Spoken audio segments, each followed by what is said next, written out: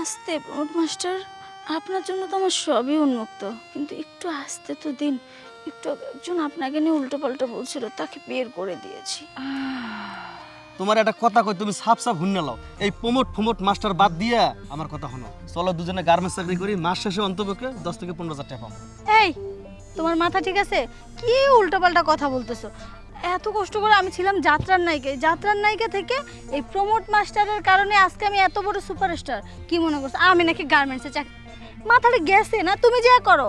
Wait, তুমি কি superstar? তা ওই প্রমোট মাস্টার তোমার বানাইছে? হ্যাঁ, ওর মাথাতে একটা ঢোল, ওই ঢোলের মধ্যে খালি আছে খোল, বুদ্ধি তো না, বুদ্ধি সাথে ছাতা। আর তুমি কি সুপারস্টার নাই যে তুমি যখন ওঠো, যদি এইরকম করে নাচ না দাও তাহলে মানুষ টাকা দেয় না, বুঝছো? আর যখন এইরকম করো তখন মনে করো 2-1 টাকা বেশি করে পাও। আবার চাপা মারো না। ওই প্রমোট মাস্টার কথা বাদ দাও, চলো আমরা যাই।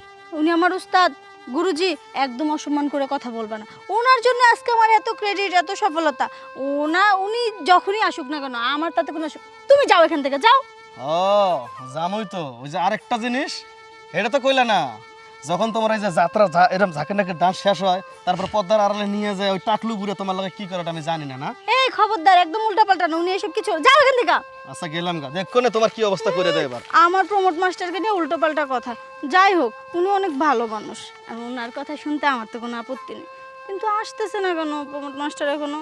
এই কিসে এত প্রমোট মাস্টার লাগবো তোমার? হ্যাঁ, জান নাকি দুদিন পর মেয়ে বিয়ে করা লাগবো, তার আবার কিসের এত যাত্রা করা লাগবো?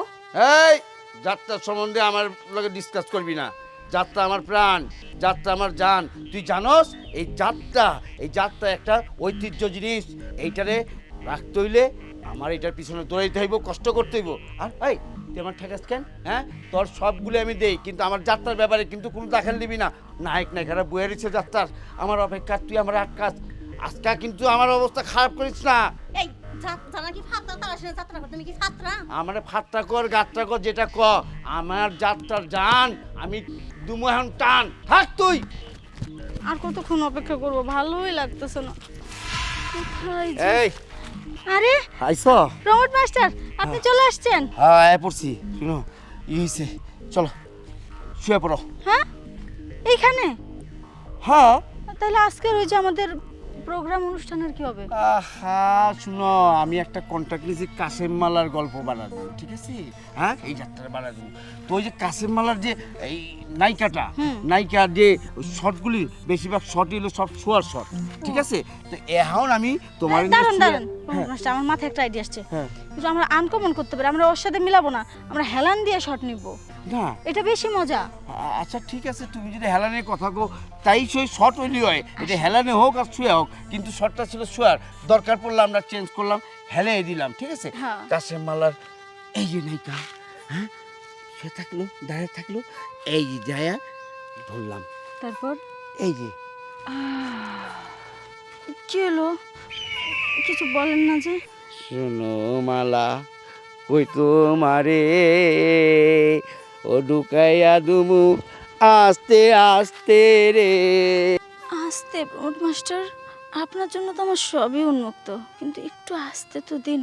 একটু একজন আপনাকে নিয়ে উল্টো পাল্টা বলছিল, তাকে বের করে দিয়েছি। কাসেম মালার নায়িকা তুমি। ঠিক আছে, তাহলে রিহার্সাল তো কমপ্লিট হয়ে গেল, ঠিক আছে? সন্ধ্যাবেলা ড্রেস নিয়ে তুমি বাইরে যাও, আমি নিয়ে বাইরে একসাথে তোমার নিয়ে যা, আমরা স্টেজে উঠে যাবো। আচ্ছা ঠিক আছে, আমি তাহলে এখন আসি। হ্যাঁ যাও যাও।